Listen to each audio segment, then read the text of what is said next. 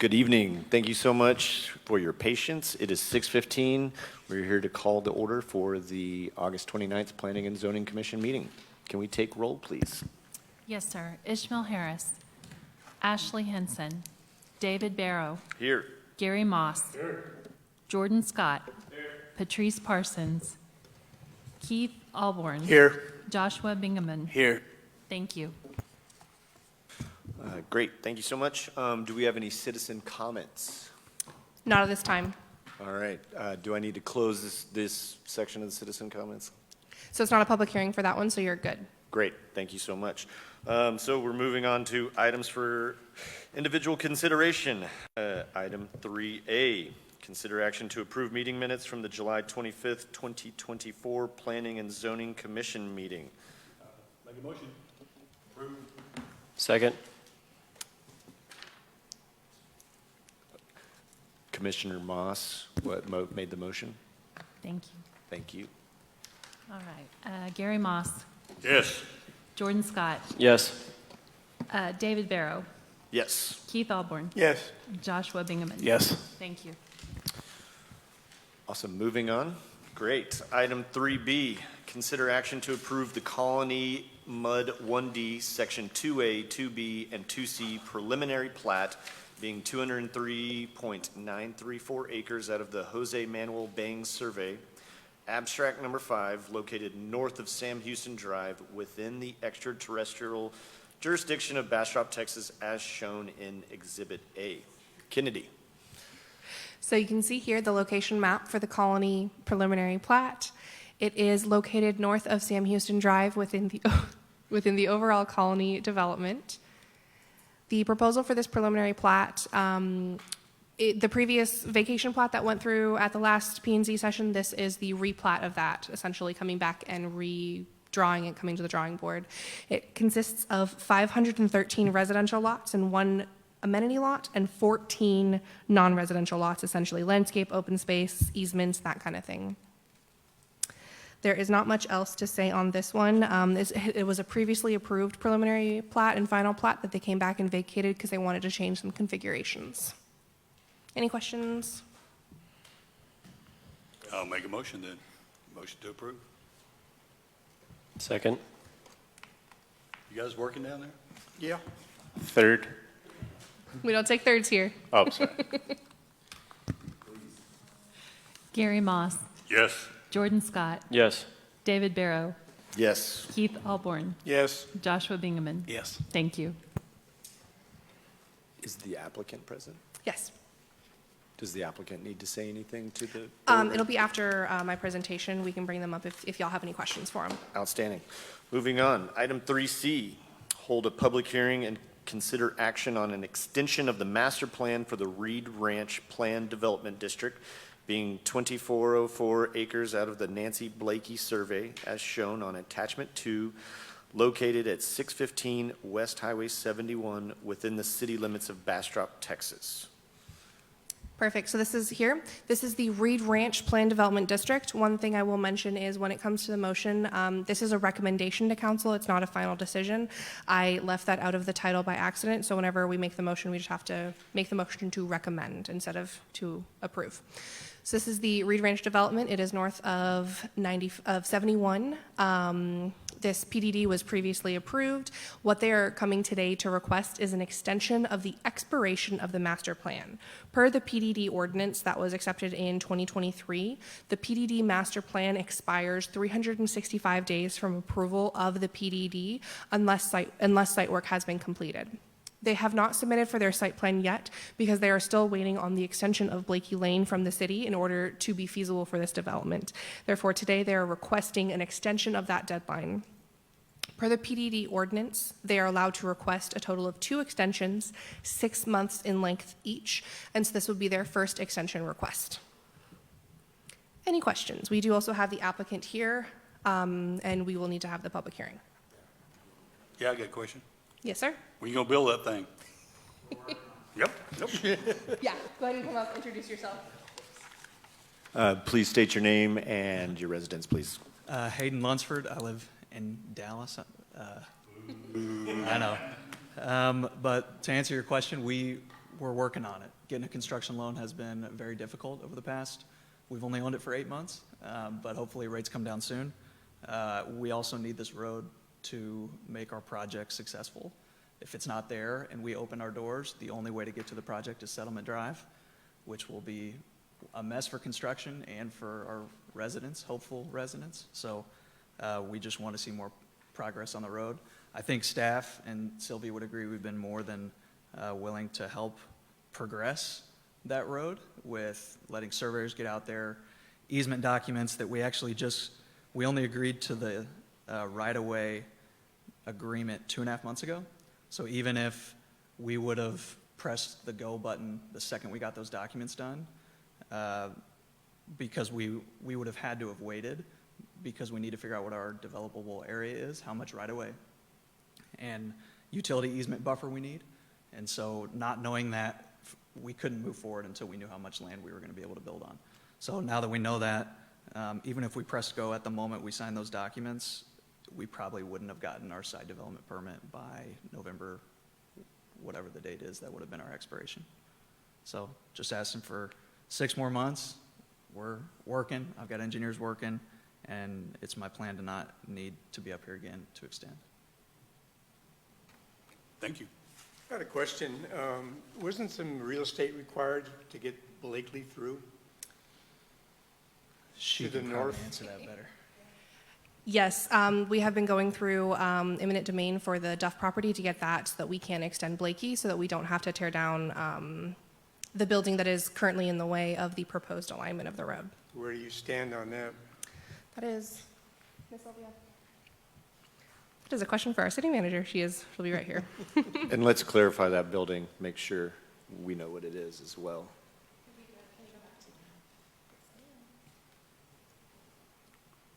So the Duff property is here. This is an inset. That's not there. This is an inset to 71 to what is shown down here, just to show you an area where the Reed Ranch currently sits.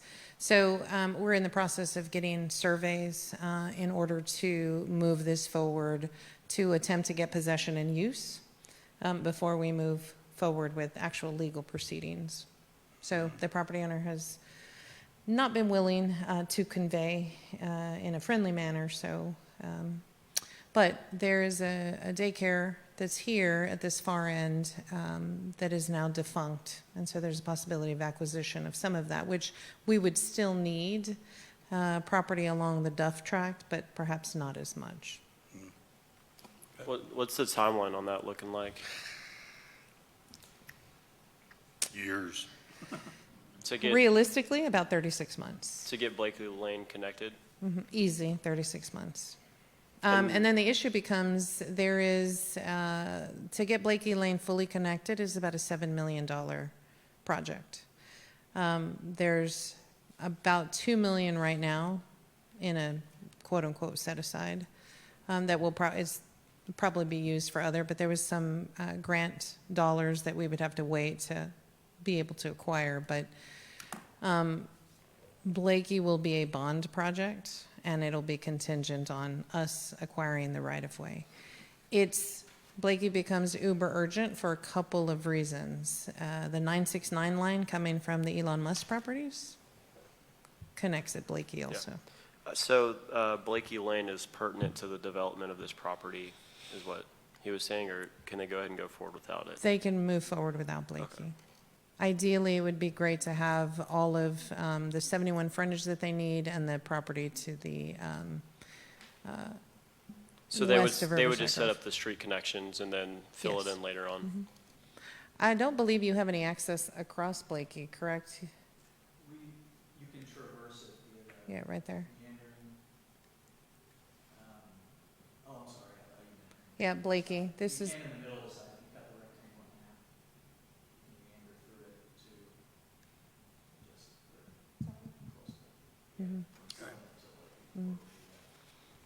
I'll make a motion then. Well, let's be clear. I just want the public and the board to be clear that this is not applicant's problem why they're asking for an extension. There was obstacles with the city. So this is, we should be. no, No? no, no. Both. No. his, We get some uh, clarification on that, please? Sure, the development is not contingent on Blakey, number one. Number two, he's had issues with interest in financing. Number three, the PID is pretty stringent in having things done within 12 months because councils change, planning commissions change. It was a very short timeline. The applicant's only requesting 6 months. I would recommend the commission give him 12 months because we're still in a period of uncertain interest rates. We can give them 12 months? I would recommend you giving him 12 months. It would be a recommendation I'll to make a motion council. now. So we have to have the public hearing first since this item does require a public hearing. May we open a public hearing for this item? Yes, we have no citizens' comments, so we can close the public hearing. Well, I guess we're going to be closing the public hearing for this. I'd like to make a item. motion to let them extend, give them a year, So it'd be the recommendation to council to Yes. extend it for 12 months. yeah, for 12 months. That works for y'all, doesn't it? We have a Be better? second? Okay. So you don't have to come back. I'll second. So we have a motion and a second. Melissa? Gary Moss. Yes. Jordan Scott. Yes. David Barrow. Yes. Keith Alborn. Yes. Joshua Bingaman. Yes. Thank you. Moving on. Item 3, consider an act on nominating a planning and zoning commission member to each other board and commission as a liaison. With this item, since we don't currently have a full commission with us, I would recommend tabling this till the next session, but we do need y'all's responses in order, unless you want us to randomly pick a commission for y'all. What commission, is there priority commissions that we need to have a liaison for? We want one person for every single one? I believe like one person for every board. Some people might have to double up if they're willing. Okay. And so, commissioners, I just want to remind you, there's only been one response to this from the last meeting, so if you guys could shoot an email over, that would be helpful for them to move forward.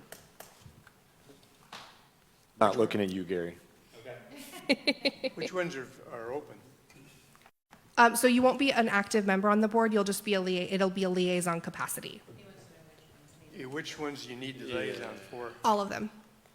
So we don't have someone assigned for any of the boards currently? Correct. Okay.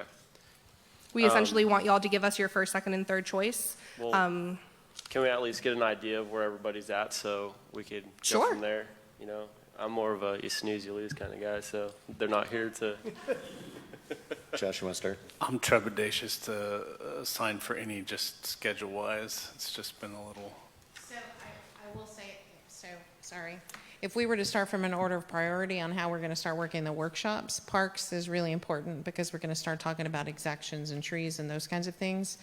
Historic landmark, because you have an item up about, okay, so you're already on HLC. Construction Standards Board, not so much because they don't even really meet often. Maybe, I think they've met once this year. So we don't need someone for construction standards? No. Okay. And for you that has very little time, that may be your board. Can That we may just be your go, can we board. just go through them and see? Like one at a time, like Sure. we're doing? Might as well. Oh, they're in the middle, all the boards? Okay. So the first one is the Bastrop Housing Authority Board. Okay. The next one is the Hunters Crossing Local Government Corporation Board. And those two don't really, yeah, those two aren't high priorities. Then we've got the Bastrop Public Library Board, also not a high priority. The Main Street Advisory Board, I would say, is a high priority, so we're going to definitely want someone on that sooner rather than later. Parks and Recreation Board. The, pardon? Zoning Board of Adjustments. We did not meet at all in 2022. One time in 2022. it's sad because like a couple of them, I'm really like, oh, cool, I want to do that to help them part of it, and I don't want to be that it didn't show up. Oh, yeah. The next one is the P&Z Board. I don't think we need a liaison to that board. I think we're good there. The Youth Advisory Council, not really needed a liaison, and then the Zoning Board of Adjustments. But we do have 2 members on P&Z that are also on ZBA. Okay, so basically all The high other priority ones are the Main Street Board, the Parks Board, and the Historic Landmark Commission, which is for some reason, and the Bridging Bastrop Board. For some reason, those ones weren't, didn't make it on the list. I think they may be on page 24 if you have it. Yeah, That would- 24, 25. Okay. Yep. Yeah. There you go. It's the Diversity and Equity Board renamed to the Bridging Bastrop Board. This agenda has gotten all sorts of, yeah, I can't find it. Any other questions? 6, 7, 8, 9, 10. Yeah. Yeah. I don't think we should table it because we have a history of having people absent, and if we wait, That's perfectly then, fine. Can we appoint them if they're not here? I mean, Sure, we run the risk of them saying, heck no. if you're absent from school and there's a group project, you get assigned to a group. So, What I'll say in the name of fairness, I think you guys can, suggest what you would like, what board, and Claim we'll y'all's leave- board and then- Yeah, we'll leave the open ones for the How often, remainder. can you tell us how often these meet? Typically once a month. Is it like the first Tuesday, first Saturday? Each of their boards has their own Different ones. days? Mm-hmm. I thought it was on here, but it doesn't look like it is. Do you have a preference?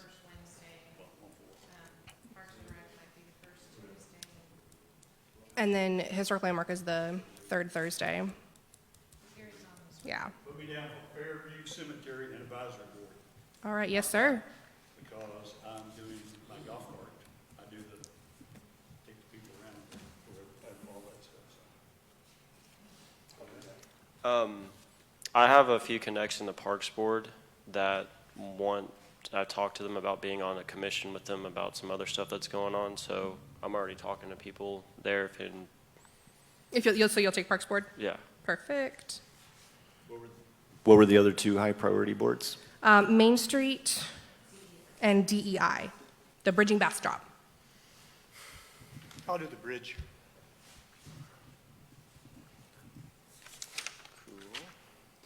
Josh, do you need one that might not meet? You have the Construction Standards Board. They have not met once this year, and I think they met once last year. Okay, yeah, we need some, in that body. Thank you for volunteering. Of course, thank you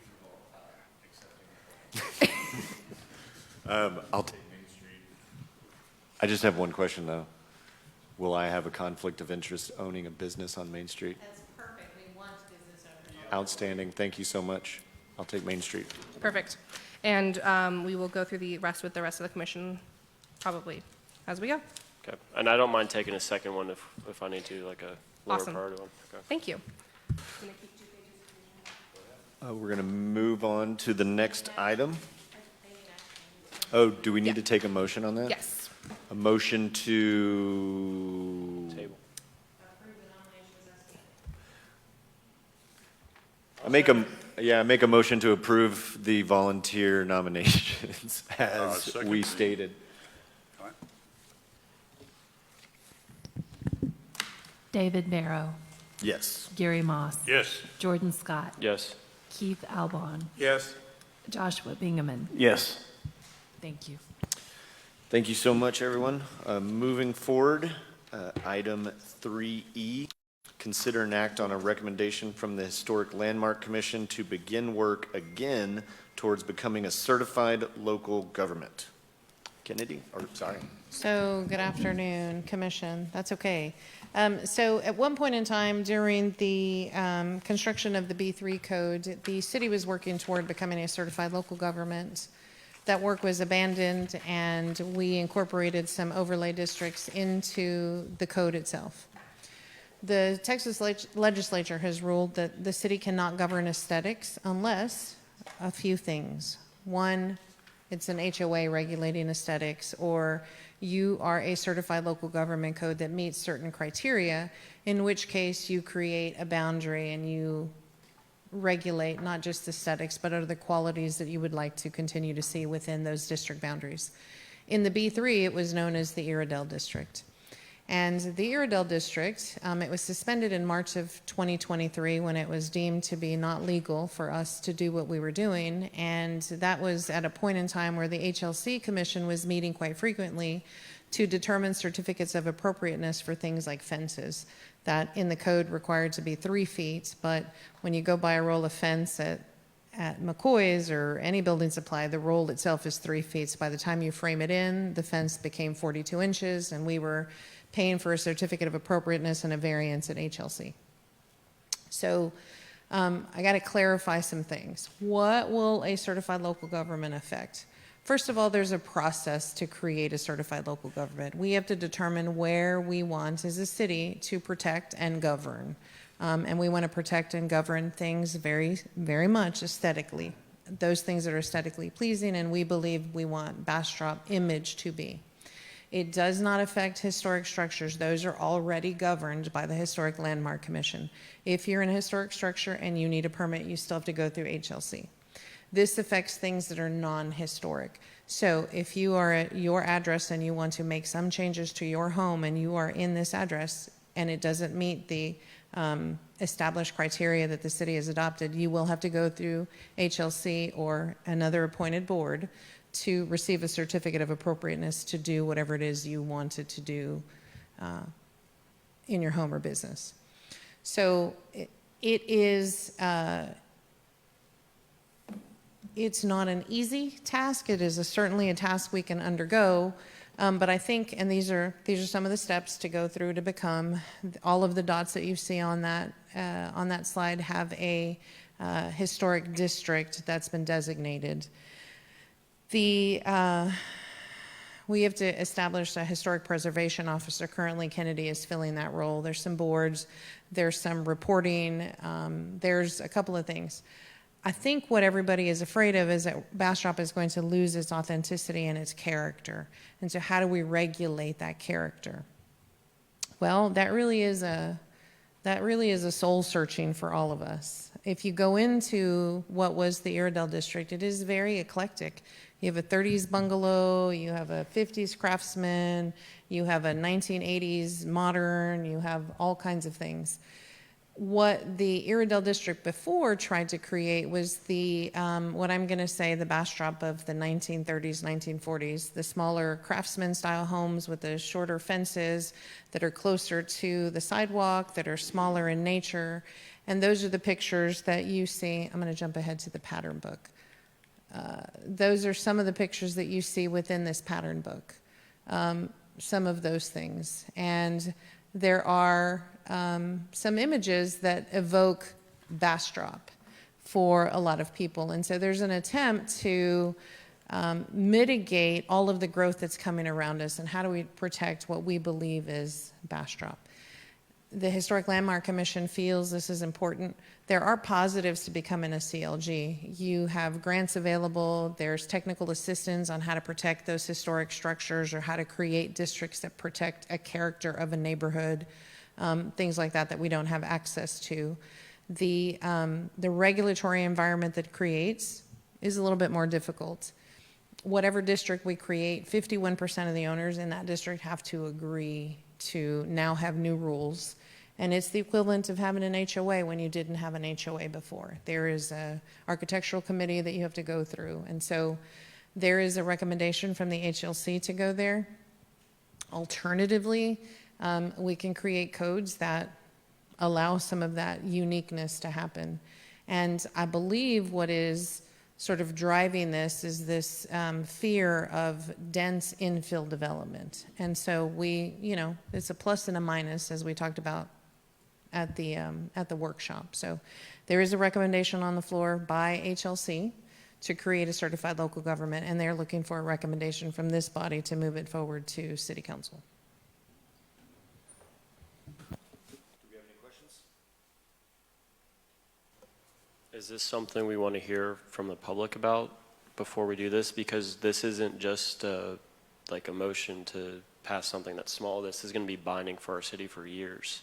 This is going to be binding. It's created by ordinance and can be undone by an ordinance. One council can't bind another council. So This is just a recommendation to the this council. is just a recommendation. To create a certified local government, there is a lot of public hearing. There's a lot of public process that has to go through before we even get down to the point where we could even possibly do. Would this be something that creates individual districts for different parts of the city, or is this going to be a blanket all over Bastrop type deal? So you have to have a reason to create a district. There has to be some underlying reason. So you may want to preserve homes of a certain blank, blank, blank. We can't just say, okay, this boundary to this boundary to this boundary to this boundary. That's not allowed. The certified local government is really to protect certain quote-unquote character districts that identify the uniqueness of your city. That's why the Iredell district boundaries had been, and I'm sorry, we don't have the old Iredell district boundaries created. It was essentially this side of the river. Everything that we know is downtown So Old Bastrop. this wouldn't affect the whole city. It would only affect certain areas that want to preserve the authenticity or the looks of the homes in the area? Correct. Okay. Do we not have like historic districts or anything that already We do have historic designations that protect existing historic homes.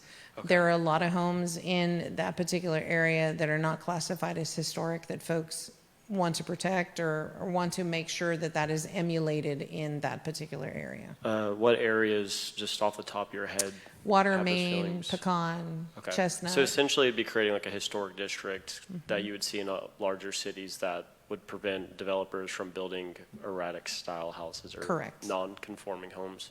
Correct. Any other questions or concerns?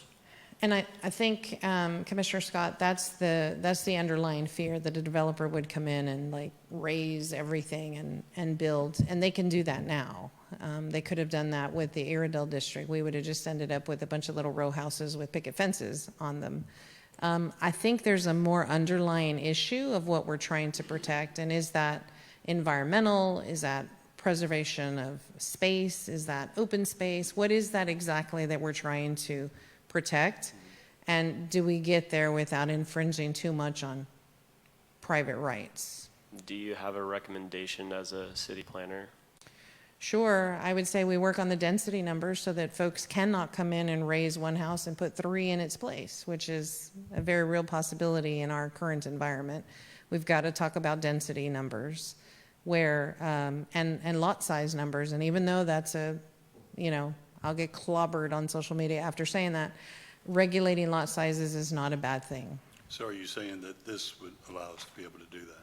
Have We a can better- do that more now. control. I mean, We can do better- that now. What I'm saying is, I believe the HLC has opted for this path, believing that's the only way we can do it, and that is not the only way we can do it. There are controls that we can put in the code that would prevent those things from happening. Can we create our own character districts without having to do something like this in the current code setup?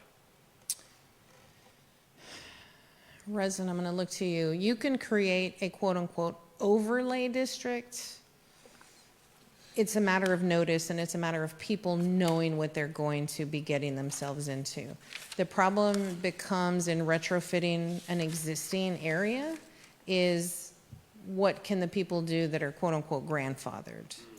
And then you have a lot of issues with like non-conformance and stuff. Non-conforming, exactly. And on top of that, whenever we're creating those character districts, this process itself just allows for us to have more restrictions on, the aesthetics, as we've said before, building materials and types, where we might not or do not have that certain ability without creating without achieving the status of certified local government. So it allows just a little bit more ability to restrict or regulate the types of aesthetics that we're Do we allowing. still run into non-conformance issues in something like this? Yes, you're going to run into non-conforming. What does that process look like, say, for a property owner that has a fence that's grandfathered in? Because I remember that example being presented with a storm that knocked a fence down, and an old lady couldn't rebuild it in its likeness. What's that process look like for a homeowner that has to do repairs, additions, or something to a non-conforming home? It depends on the extent of the repair. Anything 50% and above is not going to be considered a repair, so it's going to have to conform. It's going to have to come into current standards. In the example of the fence, that was a serious issue. That was a the storm has knocked my fence down, I want to rebuild my fence exactly as I had it. And the code said, nope, you can't build a 5-foot fence. Your fence has got to be 3 feet, and it's got to be, you know, semi-transparent, and it's got to have certain aesthetic features to it. And if you don't want to build that, you have to go through the HLC to get a certificate of appropriateness that what you're going to build is okay. We solved a little bit of that through the non-conforming, where we said if you drop a pin and within 500 feet, everybody looks the same, then you should be okay. And that is an old planning method. So we helped to give a little bit of relief. But what this will do is we'll create for folks who are trying to do a remodel or trying to do an addition or something like that, that is not quite 49% or 50%, they're going to have to come get a certificate of appropriateness before they can drive a nail. Okay, and that's it. So in the example of the fence, they would have to get a certificate of appropriateness for the fence as well? In today's code, yes, we would exempt fences from permits, period. And I might be overridden on that because fences seemed to be Okay. a big thing back then. And then what do, because I know this would probably be important if anyone is watching right now, what would be the fees affiliated with that? Are we looking in the thousands and the hundreds? Well, our variance used to be very expensive. Our variance was $5,000 plus. I don't recall what our certificate of appropriateness used to be. Around $60 currently. I'm not sure what it was previously, but currently it's around $60. $60. Okay, so and that's all that they would need to do something that's not conforming under 50%? Is it, okay, yeah. Thank you. Could you describe, if we make this recommendation and city council? I would say not to make this recommendation tonight. That's okay. If this moves forward, what does the city do to educate the public about this process? So if this moves forward and council agrees and sends to staff to go ye forth and go figure out how we're going to do this, there is no less than 3 public hearings that are required, and notice and publication in the paper and some pretty substantial outreach that's going to be required. Not to mention the folks that are required to say they do or don't want to participate in whatever district boundary we decide. So we could go down the path and the residents may say, I don't want to be regulated any more than I already am. Okay. The opportunity that exists within the existing code without adding additional regulation is just that.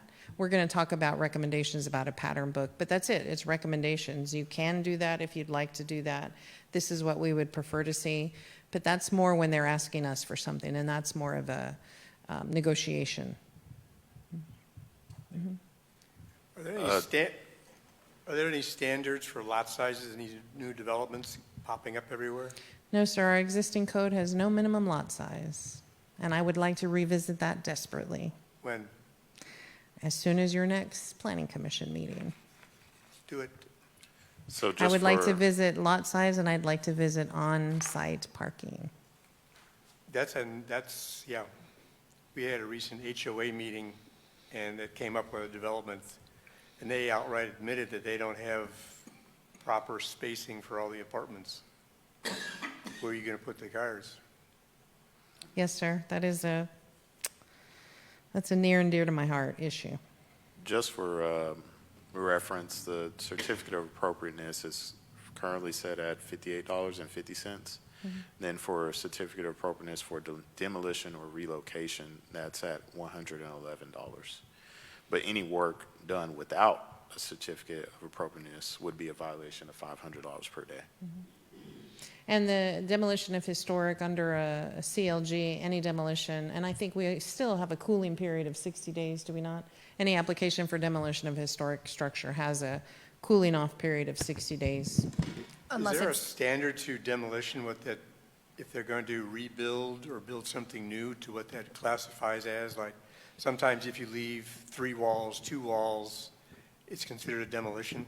I'd have to let our development director / building official answer that question. and I just wanted to mention, there is the exception for the COA for demolition if it is because of a dilapidated Safety. structure that's falling down.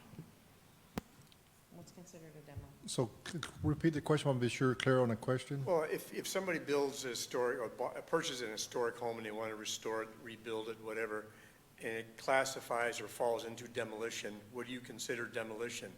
is it all the way down to the foundation? Is it down to 2 walls, and you rebuild from that point on? Demolition is where you typically take the whole house down. If you're down to like 2 walls, or usually it's less than more when you do more than 50%. But you still have the requirements of the HLC if that house is registered. So I'm kind of trying to clarify the question. If it's registered historical house, we'll have to go through a review process to do the remodel. Okay, So, did that answer your question? yes, Okay. thank you. Questions? Do we have any final questions before a motion is made? So your recommendation isn't to make an approval? No, my recommendation would be to table it until you have a full commission, because this is a pretty substantial. Yeah, and then that'll give us some time to read these packets. Yes. I'll make a motion. Table it. Second, We've got a first and a second. Commissioner Moss first. Second. Who was the second? I apologize. Keith? Keith, Thank you. thank you. Gary Moss, Yes. Keith Alborn, yes, David Barrow, Yes. Jordan Scott, Yes. and Mr. Joshua Bingaman. Yes. Thank you. Thank you very much, City Manager. Moving on. Number 4, discussion and act on future dates for workshops. So if the commission recalls, we said we were going to go through some pretty significant action and deal with 50,000-foot level issues and see how we can resolve those either in the master plans or any service plans before we dive into super code related issues. And the commission felt it didn't have enough time at a regular meeting, so we were going to do Saturday meetings, and the Saturday meeting is 9 to 12. And we covered a substantial amount of ground, as you'll see in the transportation plan, that leads us to be able to have action at the next meeting. So those are the proposed dates. The commission is welcome to amend or decline any of the dates listed. We still do an RSVP. And these are volunteer sessions, correct? These are not required like our regular meetings. I need a quorum. Mm-hmm. I need a quorum of P and Z. Okay. They're more likely, they won't count against you for attendance, but they are highly encouraged, please attend. Of course. Yeah, they're, just from the, going off the last one, it's actually really important that we're there, especially if we're, want to be involved in shaping what the city is on a grand scale. Thank you. Commissioner Scott was just busy drawing on the board. Any questions, comments, concerns? And we do have a virtual option, so we do publish it. It's live. The public can watch also. So if you can't join us in person, maybe in spirit. So we accept the dates. Okay. See what happens. I'll second that.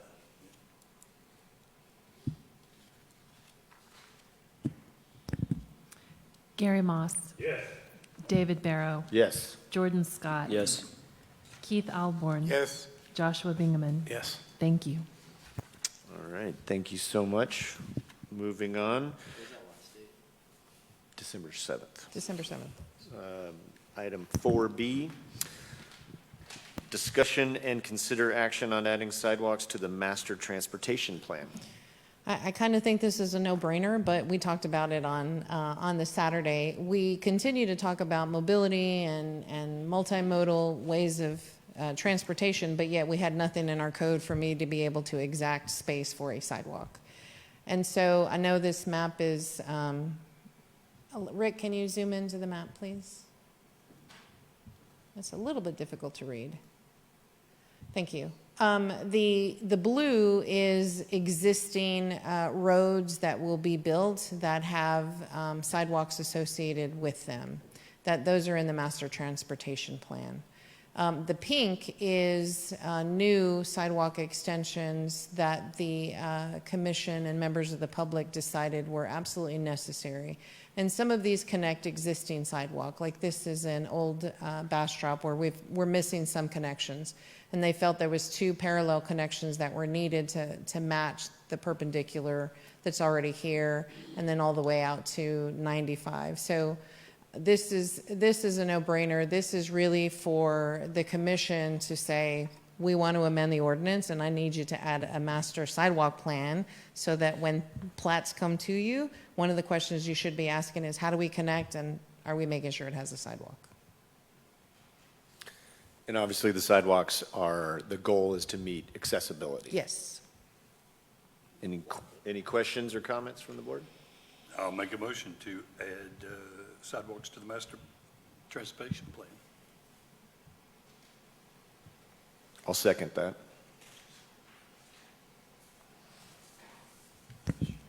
Gary Moss, Yes. David Barrow, Yes. Jordan Scott, Yes. Keith Alborn, Yes. Joshua Bingaman. Yes. Thank you. So I'm going to skip to 4D because we're in the same map before we go to the pattern book, if you don't mind. Cool. So moving forward to 4D, we'll revisit 4C. 4D is discussion and consider recommendation to council on removing the connection at Charles Street from Reed Ranch into the Riverside Grove subdivision from the master transportation plan. Yes, Rick, can you zoom into that map, please? Oh, gotcha. Okay, it's on the next slide, sorry. So when Reed Ranch came forward, there was a connection about the master transportation called for Blakey to connect into Jessica and make the turn onto Hassler and then come back to Old Austin Highway. That is still shown on the master transportation plan, so I need action to remove it from the master transportation plan. And then there is actually there's another connection here that is necessary, and the Home Depot connection doesn't connect. The Home Depot Way through, that's not on your agenda, but that's an amendment we're going to bring forward to. Home Depot Way that connects, that should come across to Bear Hunter and make its way to 71 or go further to 21 is also not shown on our master transportation plan. But your action tonight is Charles. Well, okay.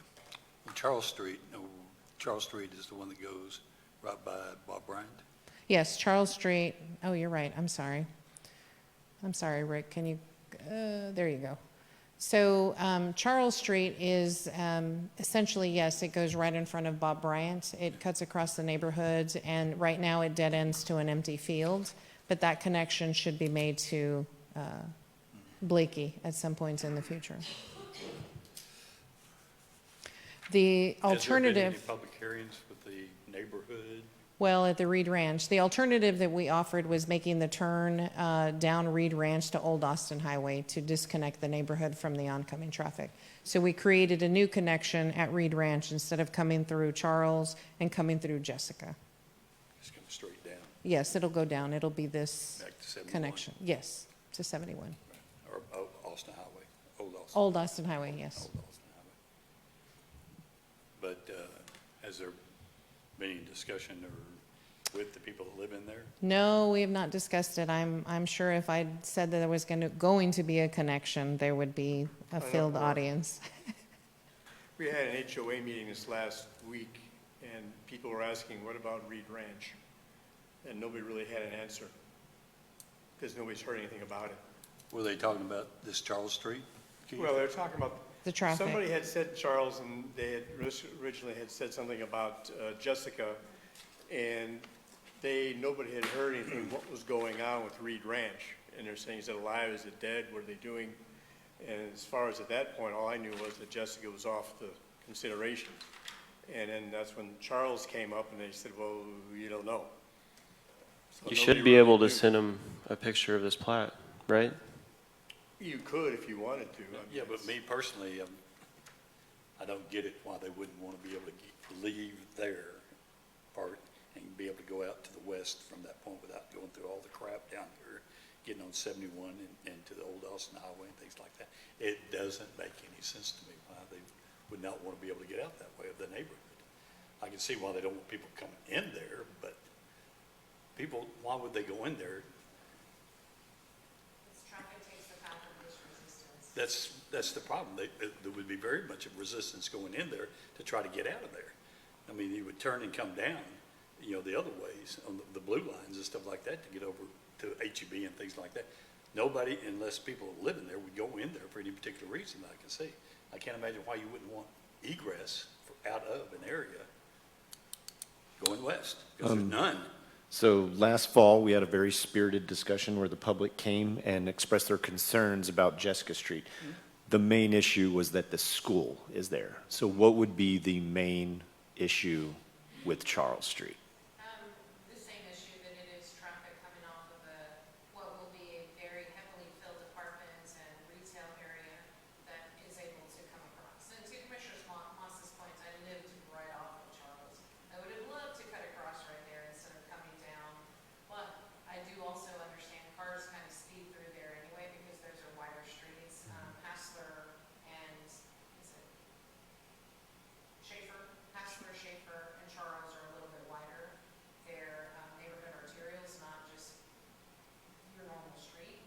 And so people are speeding through there and getting their kids through school. Those two schools are now also middle schools. And so there's a lot of walkers now versus bus riders and drop-offs. There's a lot of walkers and bicyclists now going to those schools. So Keith, you're the representative for that area. What's your thoughts?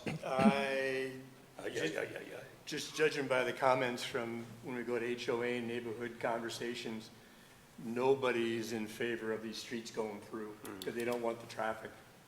And we did that study last year in September, and just on Jessica, there's 8,000 vehicles per month on Jessica. 18% of them are over the speed limit, and there's no sidewalks on Jessica. And these kids, there's no guiding path to get to the school. They come out of the subdivision and they just walk across. You said there's no sidewalks on Jessica? No. Should that be something that we need to add in then? if Yes, that's once an I take issue? this off of the Why would master you do that? transportation, Nobody's gonna be driving on it. once I take those major punch outs out of there, then there's, It's not a cut through. there's a sidewalk possibility, but at the, Off topic. But yeah, I mean, as a habitual shortcut taker, Google Maps loves to reroute people through neighborhoods, and I could definitely see if those lights get backed up, because going down and stuff, it might shoot you through the neighborhood. So it could add a lot of traffic in that area.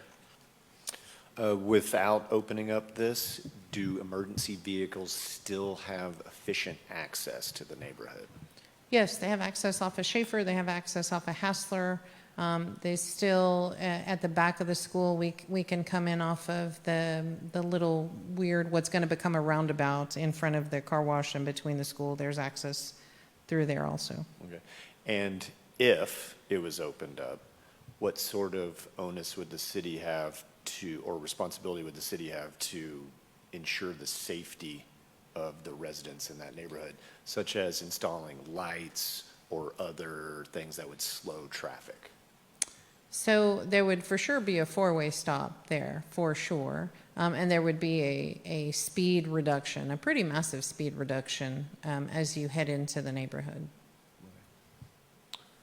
You'd have to do something because you can sit there in the evening like we do and watch cars go flying by, and it's usually the same cast of characters that have disregard for speed limits. Many of them don't even bother with the stop signs.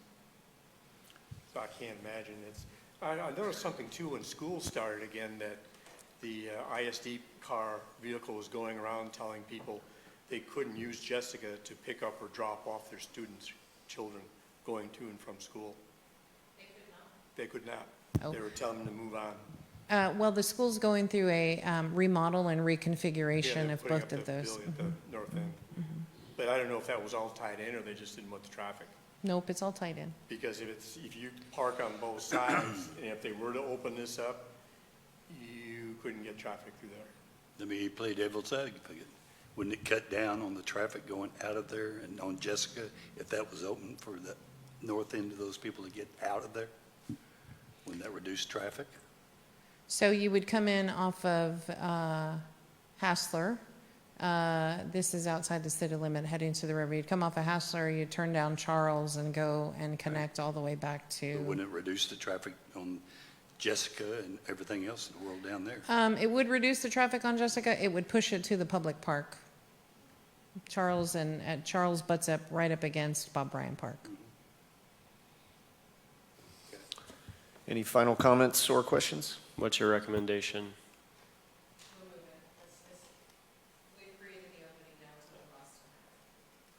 Yeah, I I think if you we'd, did pursue it, you should notify the residents.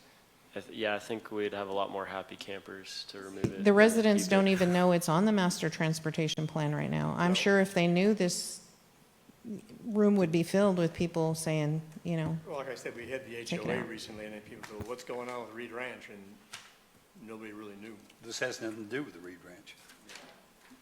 This particular thing does. Well- It's north of Reed Ranch. I'm sorry, wrong Yeah. one. Yeah. Yeah, because they know the development's coming. Do we have a motion? I'd like to make a motion to remove the road. Do we have a second? Second.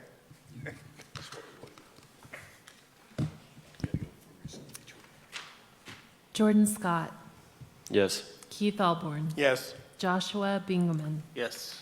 David Barrow, Yes to the removal, if that's what we're voting on. Gary Moss. No. No. No. Thank you. next month we will bring you the punch out of Home Depot Way. Cool.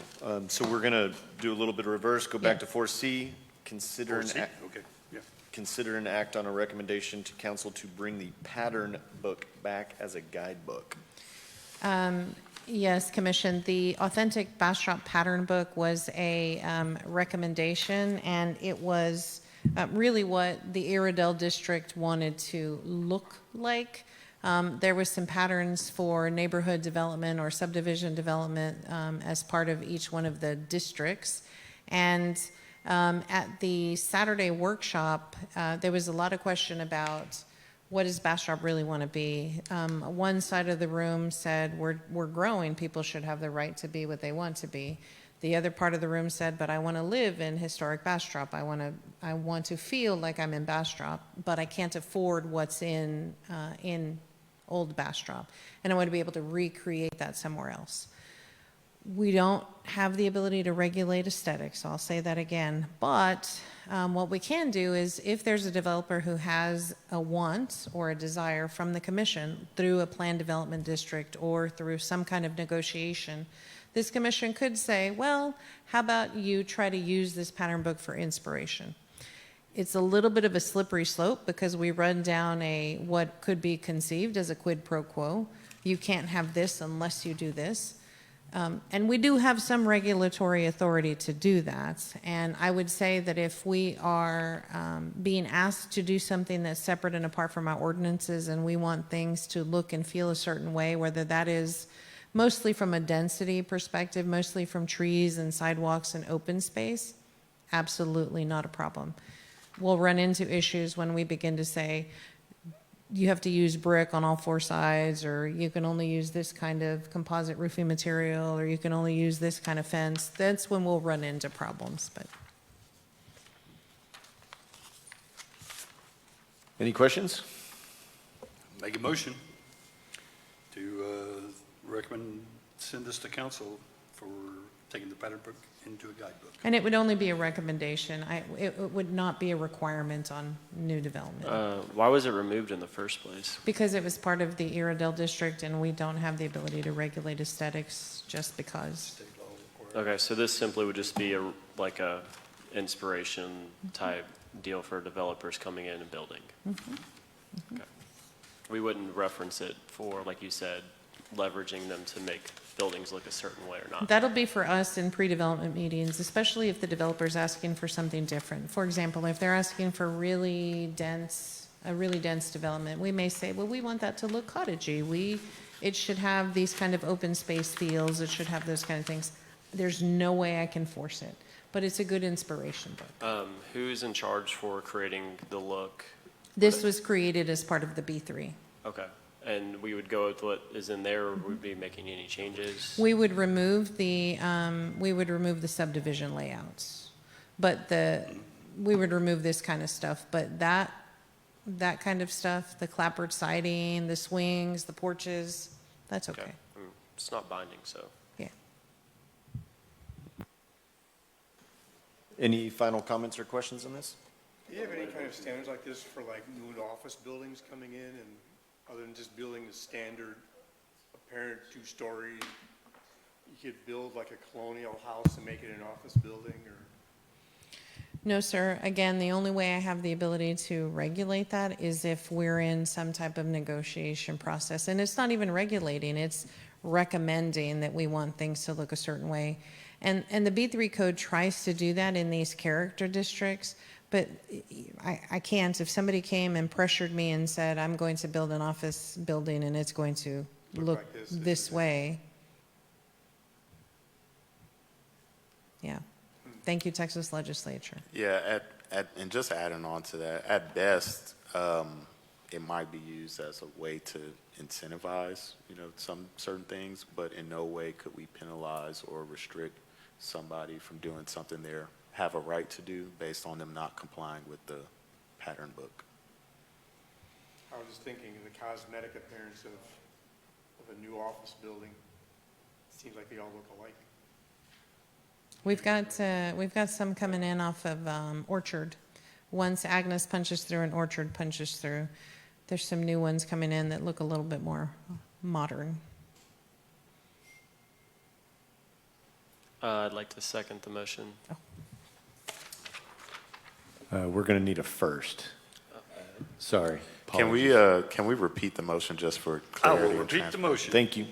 The motion is to consider an act of recommendation to the city council to bring the pattern book back as a guidebook. I second that. Gary Moss, Yes. Jordan Scott, Yes. Keith Alborn, Yes. Joshua Bingaman. Yes. David Barrow. Yes. Thank you. All right, thank you so much. Moving on towards items 5, future development. So we engaged Half Associates. We came back and we're working through the comprehensive plan. That's going to create a bunch of public hearings as we start to talk about land uses and what we're trying to become as a city. Things are in such flux here every single day. It amazes me how much growth is happening still in our periphery that continues to push on our boundaries. And so we're still working. We worked our way through some of the transportation. Some of these were just cleanup pieces that we need to bring back to make sure we have that multimodal connectivity with a purpose. Next week, we're going to focus on, or at the next workshop, we're going to focus on drainage. That continues to be our Achilles heel in some of our areas. And with drainage comes the density discussion, comes the how many units per acre are we going to consider okay and in what area? Because ultimately that ends up with who pays for it, right? If you begin to flood your downstream neighbor and then we've got to make improvements later on as a city. And then we talk about water and wastewater. We may swap parks to water and wastewater as we go through our impact fee analysis still. That is going to require its own separate public hearing, so we may marry those to kill two birds with one stone. But as we move through parks, we've met with some arborists on what are important things that should be in our code, like saving pecan trees, for example, should be in our code. How wide should the caliper of those trees be? Who gets credit for what tree? Because the way our existing ordinance reads, they may have to pay a fine for removing the trees, but according to state law, I have to give them a credit back for some of those trees. And so Pearl River, for example, almost $1 million fine, and they'll be using almost $400,000 of that back onto their own site. 600 of that will go into a tree fund. And so we're going to talk about, is it important for a tree fund, or can it go into a community enrichment fund, for example, that does trees and park amenities and those kind of quality of life things. So, and then what is that exaction? What are we looking at for parks and open space? And do we have a choice? Do we want money instead because we want to put it into regional parks, or do we want them to create a pocket park in every neighborhood that's created? So we've got some important discussions that are quality of life issues that are not in our existing code. That those are some of the things that matter. And then water, wastewater, those growth areas are, gosh, if I showed you a development map of everything that has been through the mill this month,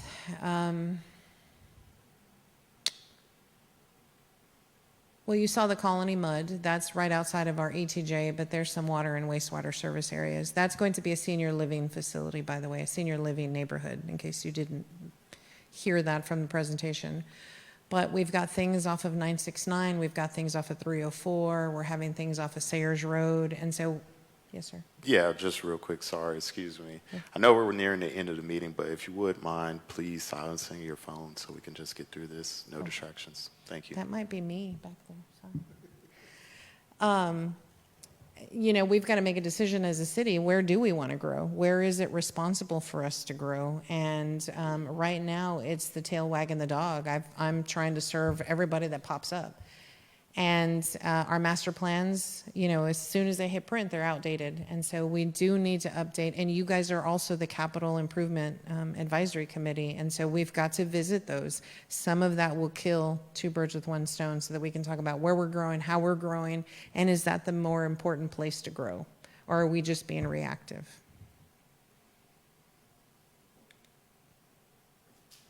That's the comprehensive plan workshop. So we're going to cover that with our next Saturday workshop also, right? Yeah. Two birds. Great, thank you very much. Do we need to make a motion on that or anything? No. Just an update. And now I finally hand this. Moving on to 5B, project volume report. So before you have the monthly report activity for the month of July, these are permits that were applied for. As Sylvia said, there's a lot of stuff going on, but this report doesn't really reflect it because these are actually permits applied for. And I apologize, I meant to bring back to you the bigger ticket items, which we had 2 commercial projects, 3 COs. The big item is roof 72s. With all the weather, we had 72 roofs. But again, as Sylvia says, we have a lot of stuff, for example, Val Verde, that's already in the process of being, is already approved. They're in the process of accepting the subdivision. So you're going to see in August quite a few activity with D.R. Hortons. And then the commercial development, Pearl River, Burleson Crossing East, the stuff you've approved already. They're working with us on site plans, building permits, et cetera. So, any particular questions? I've got a question. How much slowdown are you seeing? Are you seeing any at all with the way the economy is? Let's take Reed Ranch. It's not going because of financing, because of the high interest rates and things like that. Are you seeing any decline? Texas will always do good even during bad times in my experience of doing this. We're in a prime location, the airport, et cetera. Part of it's the interest rates. I mean, everybody's got stuff on drawing tables. Election always affects, as we know, presidential election always affects what's going to happen with the economy. It's just the interest rates right now on commercial so high, the developers got to raise their rent costs, and it kind of starts pushing the Kohl's, the Walmarts, the whatever, where the rent's so high. But as we get rooftops, they have more sales, so it's kind of a combination of other, but we're not slowing down. As Sylvia said, is if we can give them water and sewer, They're building it, huh? they're building. Well, We're just in a it's- prime location. I understand that, but it's, just giving you an example, you know, I have an Airbnb here in town, and we're down 50% Right. over the past 6 months. You know, everybody I talk to that has Airbnb, same situations. I'm assuming that the hotels and everything else has slowed down. Right.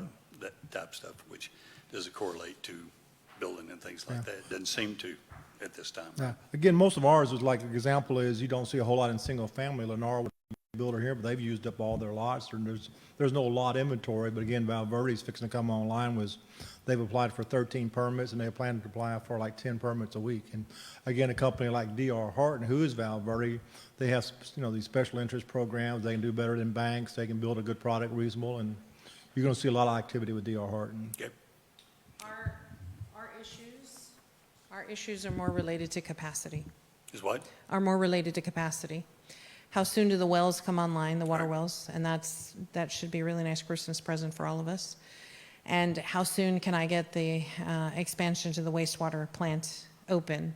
And we're at the point of almost needing to require deposits or some type of security because the developments just keep coming. And you know, they want to come for a preliminary plat, and I can't because I don't know if I can serve by the time they're ready. So some of that is some of the delay. And then the other is there's a lot of creative financing mechanisms out there. And so I have developers that are coming with a municipal utility district. Well, I'm not about to fall for that again. The City of Bastrop fell for it with the colony. I ain't falling for that again. And so how are we negotiating some of those terms? And some of that takes a good while. And we've got public improvement districts and layers of things that, you know, want to make sure we have the best bang for the city before I commit to anything.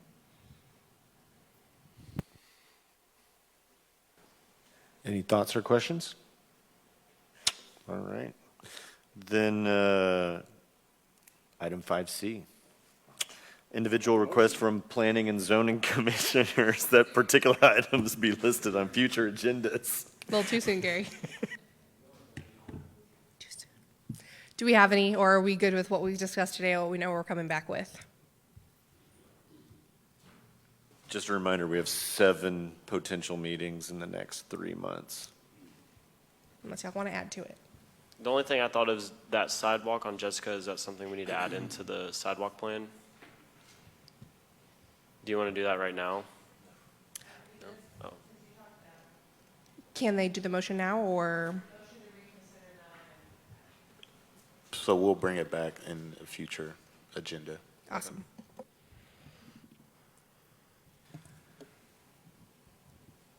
All right. Are we ready? Commissioner Moss, could I have a motion to adjourn? Every meeting is at the end of it.